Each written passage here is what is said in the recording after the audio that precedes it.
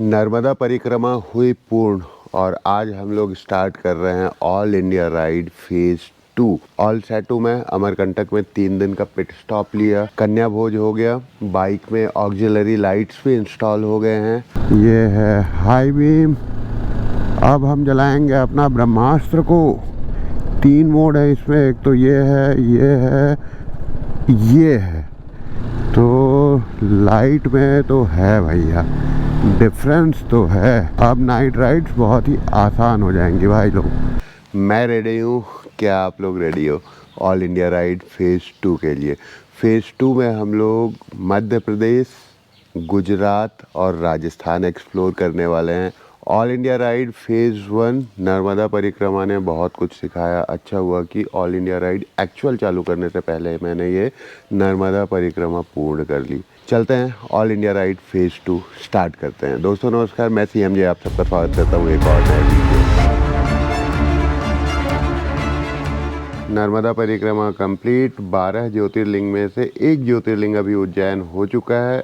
दूसरा ज्योतिर्लिंग है हमारा अभी ओंकारेश्वर, जहां अभी हम लोग पहले जा रहे हैं। ये ऑक्सिलरी लाइट्स इंस्टॉल हो गई है, मैंने ये टेस्ट कर लिया है, काफ़ी अच्छी लाइट्स हैं।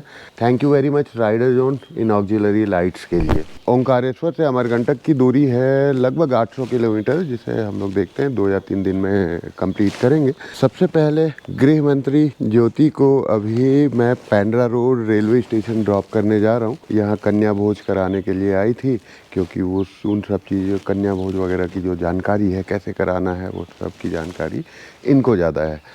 तो कन्या भोज हुआ, अभी इनकी ट्रेन है 10:30 को पेंड्रा रोड से, तो यहाँ से वो चली जाएंगी रायपुर और मैं जर्नी कंटिन्यू करूँगा। चले लालू, फिर मिलते हैं जल्दी ही। नर्मदे हर।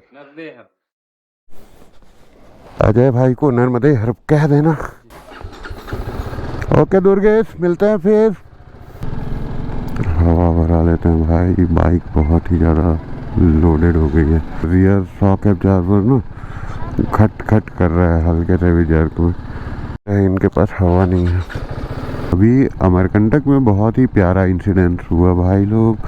आप लोग जानते होंगे हरीश सर को, जो इनका यूट्यूब चैनल आपने ज़रूर देखा होगा, वीज़ा टू एक्सप्लोर। एक दिन उनसे मुलाकात हो गई। तो अमरकंटक में भाइयों ऐसा कुछ हुआ कि लाखों लोग जिनको देख के ट्रैवलिंग के लिए इंस्पायर होते हैं इंडिया में, उनसे अचानक मुलाकात होगी। मैं बरसों से उनको फॉलो कर रहा हूँ और मैं बहुत इंस्पायर होता हूँ उनकी वीडियोस से, और इस बात से बहुत ज़्यादा खुश हूँ कि वो छत्तीसगढ़ विजिट पे आए हैं और वो जसपुर भी जाने वाले हैं, मैनपाट भी जाने वाले हैं। अमरकंटक में उनसे मुलाकात होगी। The one and only Harish sir, visa to explore. हाँ जी, नमस्ते जी। आप में से हो सकता है काफ़ी लोगों ने हमारे चैनल को भी देखा हो। बाकी अभी हम अमरकंटक में बैठे हुए हैं, रात के 8:45 का टाइम है।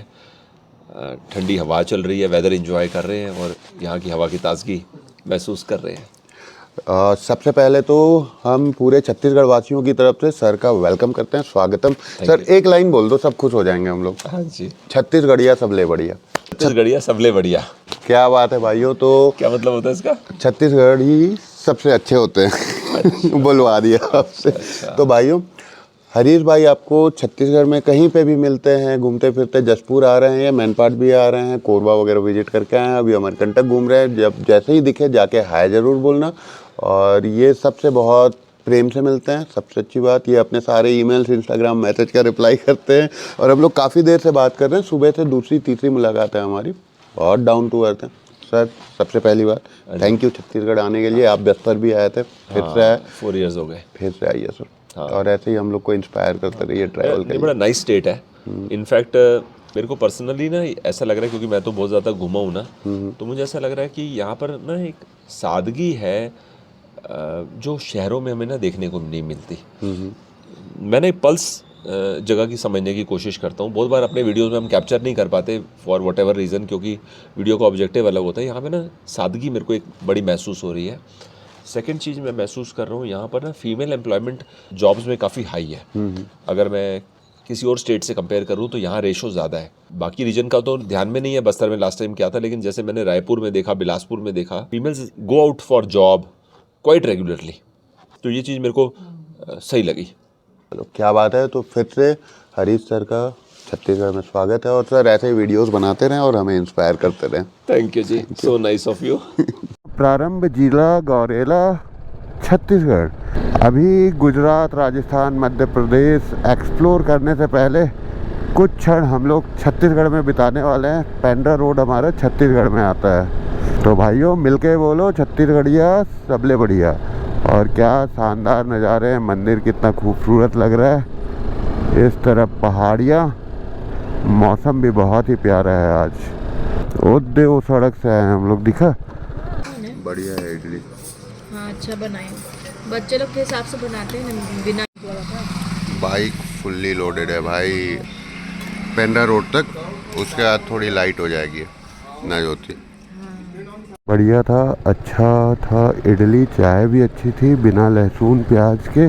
और आज बड़े दिनों बाद नाश्ता हुआ है, नहीं तो पूरे परिक्रमा के दौरान बाल भोग होता था। बाल भोग और नाश्ता में बहुत फ़र्क है। क्या फ़र्क है भाई लोग, जिनको पता है कमेंट में बताओ। अच्छा आदेश भाई रास्ते में 2 पराठा बनवा के रखा है, पैक करवा रहा है, चलना बे वहाँ बोल रहा है। चलो ठीक है भाई लोग, फिर मिलते हैं। चिंतामणि जयपुरी यही CMJ सर्च करेंगे तो आ जाएगा। ठीक है भाई लोग, फिर मिलते हैं। छत्तीसगढ़िया सबले बढ़िया, फिर आइएगा। जरूर जरूर आते रहेंगे अब। चलो ठीक है भैया, चलो। चलो।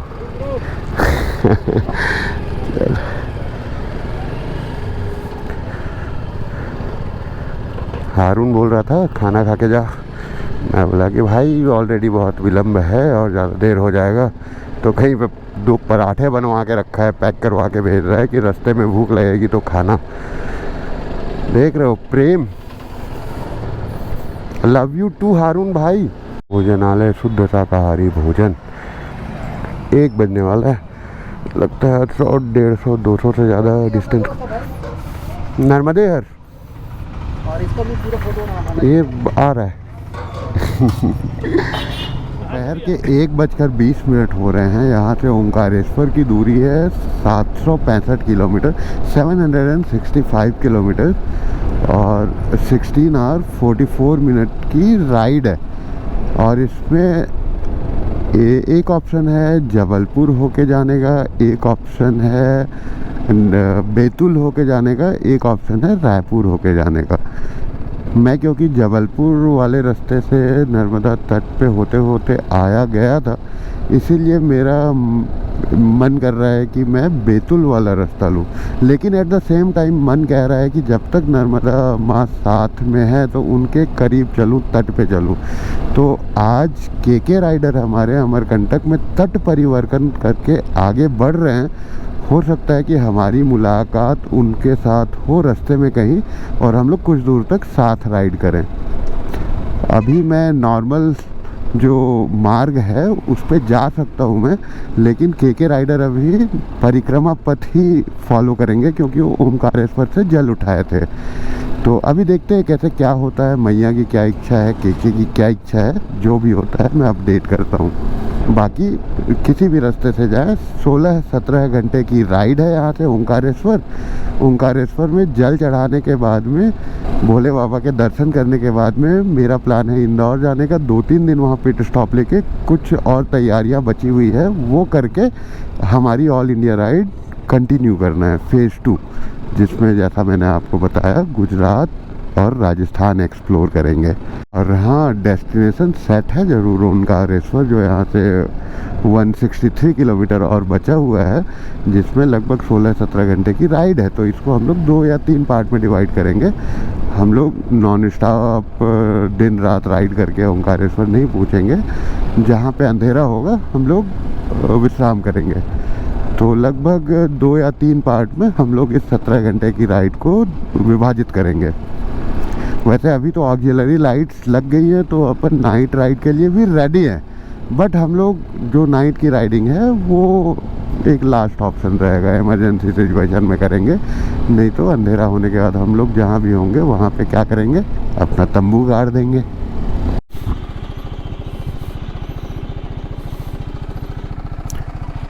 इस तरफ है छत्तीसगढ़ की सीमा, और अब हम फिर से प्रवेश कर रहे हैं मध्य प्रदेश में।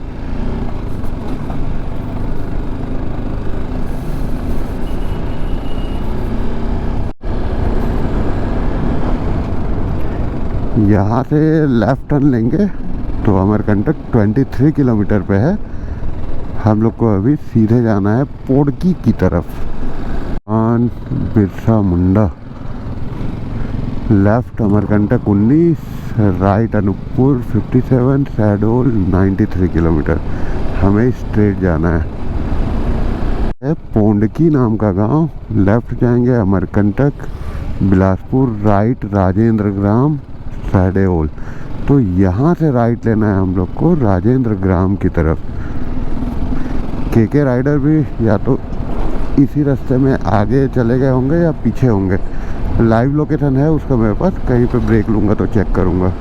एक्चुअली बैतूल में हमारे कुछ भाई लोग हैं, मित्र लोग हैं, जो लोग इंसिस्ट कर रहे हैं कि भैया आप बैतूल होके जाओ करके। लेकिन बैतूल जाने के लिए मेरे पास में ऑप्शन है, जबलपुर से भी मैं बैतूल वाला रूट ले सकता हूँ।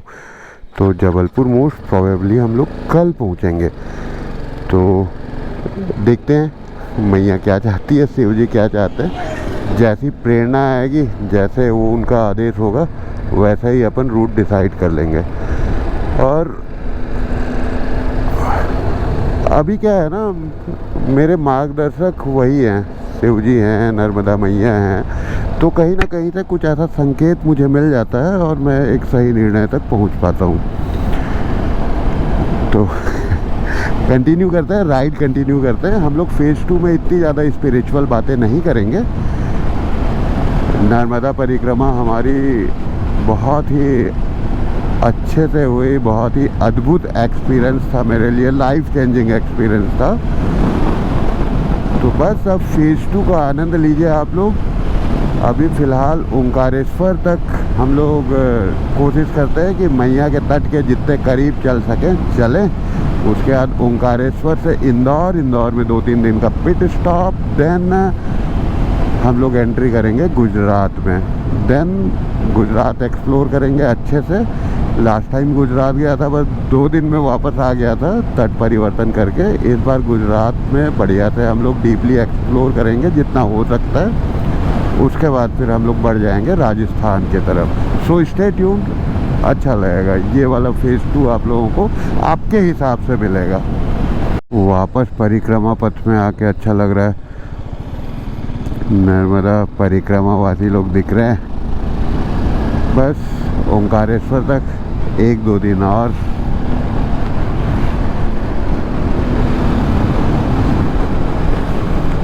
मैं सच बताऊं तो ये जो नर्मदा परिक्रमा वासी वाली जो ज़िंदगी थी, उसको 1-2 दिन और खींचना चाहता हूँ। टेक्निकली मेरी परिक्रमा पूर्ण हो गई है। ओंकारेश्वर में जल चढ़ाने के बाद में संपूर्ण हो जाएगी। बट मैं ये नर्मदा परिक्रमा सारी ज़िंदगी मिस करूँगा। मेरी ये पहली परिक्रमा थी।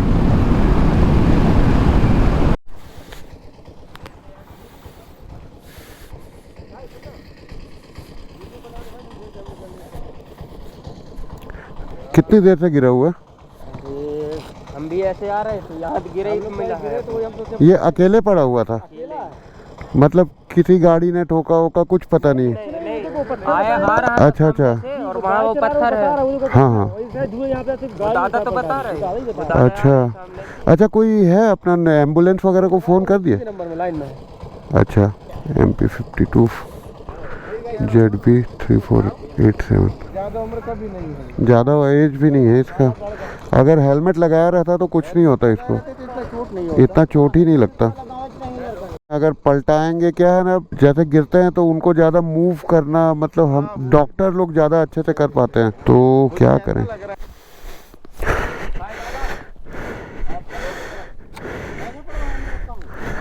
लीजिए, ले जाइए आप। वो कोई ना कोई परिवार के आएंगे, ज़्यादा दूर का नहीं होगा लड़का। ठीक है भैया, मैं वीडियो भेज दूंगा, बिल्कुल चिंता मत करो। नर्मदे हर। अच्छा पकड़ लेना भैया। तो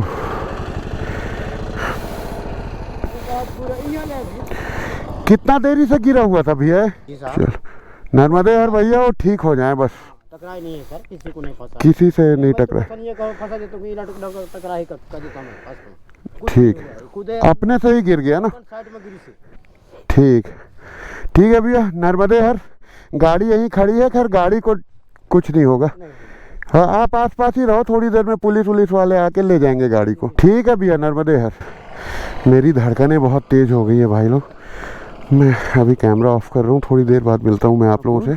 और यहाँ पे भाइयों से मुलाकात हो गई। नर्मदे हर भाइयों। चलो तो भाई, हम लोग सब बढ़िया, मैया की कृपा है, नर्मदा मैया की कृपा है। तो भैया लोग बस पूछ रहे हैं कहाँ से कहाँ परिक्रमा उठाई, कितने ज्योतिर्लिंग हो गए वगैरह।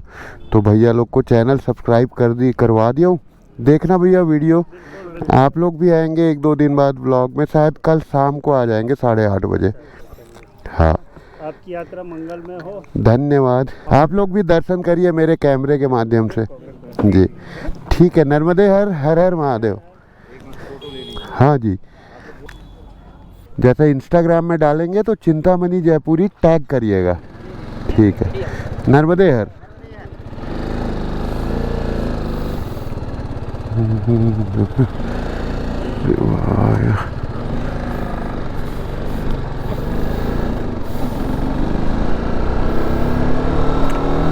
मेरा बिल्कुल मूड नहीं था अभी कैमरा चालू करने का, मैं अलग ही जोन में था। भैया लोग बोले कि हमारा एक वीडियो ले लो।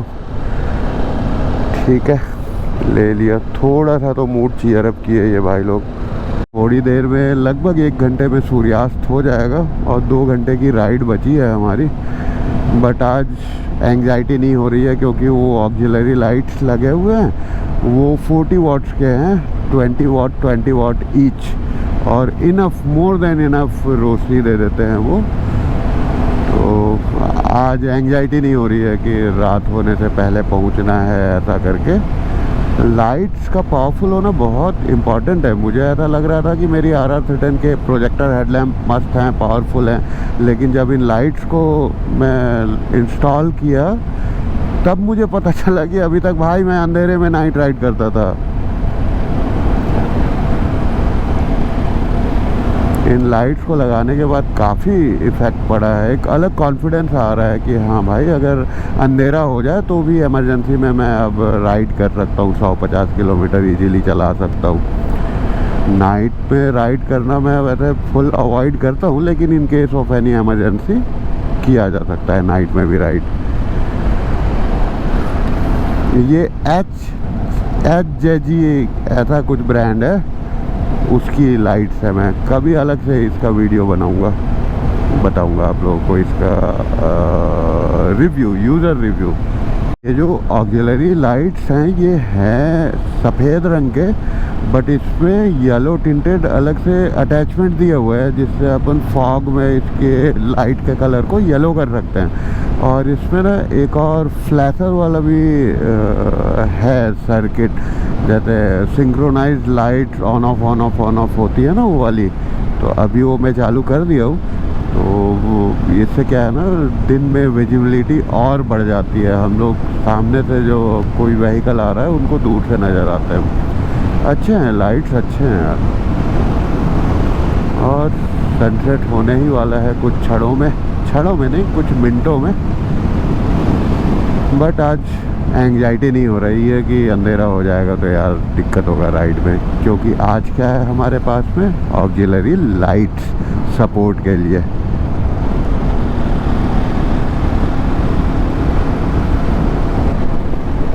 शायद स्कूल वैन है। गलत टर्न पे ओवरटेक ले रहा हूँ, कर रहा हूँ। हेलो, खुश हो गए बच्चे। हाँ, कोशिश कर रहा हूँ भाई लोग मैं अपने आप को चीयर अप करने की। वो 34 मिनट की राइड है। एक स्मॉल सा ट्रांजिशन ब्रेक ले लूँ सोच रहा हूँ। चाय है। ये जो संध्या काल होता है ना, तो पूरी तरह से उजाला होता है ना, तो पूरी तरह से अंधेरा होता है। तो उस समय ना आँखें प्रॉपरली एडजस्टेड नहीं रहती हैं, तो एक ट्रांजिशन ब्रेक ले लेना चाहिए। धूप अंधेरा होने का वेट करना चाहिए।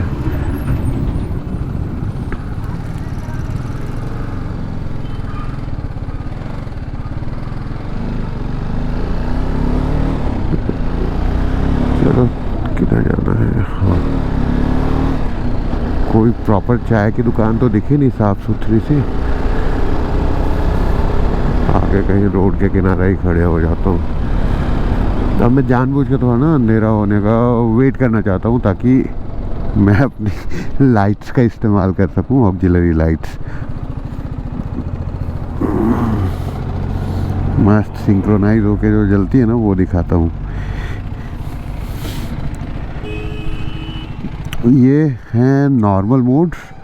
अभी येलो वाला जो इसका अटैचमेंट है वो लगा के रखा हूँ मैं, उसके बाद दिखाता हूँ।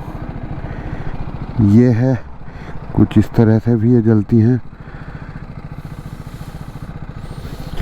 और एक और मोड है इसमें, वो है ये। के राइडर का कॉल आ गया। हेलो नर्मदे हर के बस 34 मिनट्स मोर। एक ये वाला मोड है भाई लोग। बस थोड़ा सा मैं अंधेरा होने का वेट कर रहा। ट्रांजिशन ब्रेक लिया हूँ, 20-25 किलोमीटर है तो मेरे ऑक्सिलरी लाइट्स का टेस्ट हो जाएगा। तू मेरे को ना अभी का स्थान जहाँ लिया है वो दे भेज दे।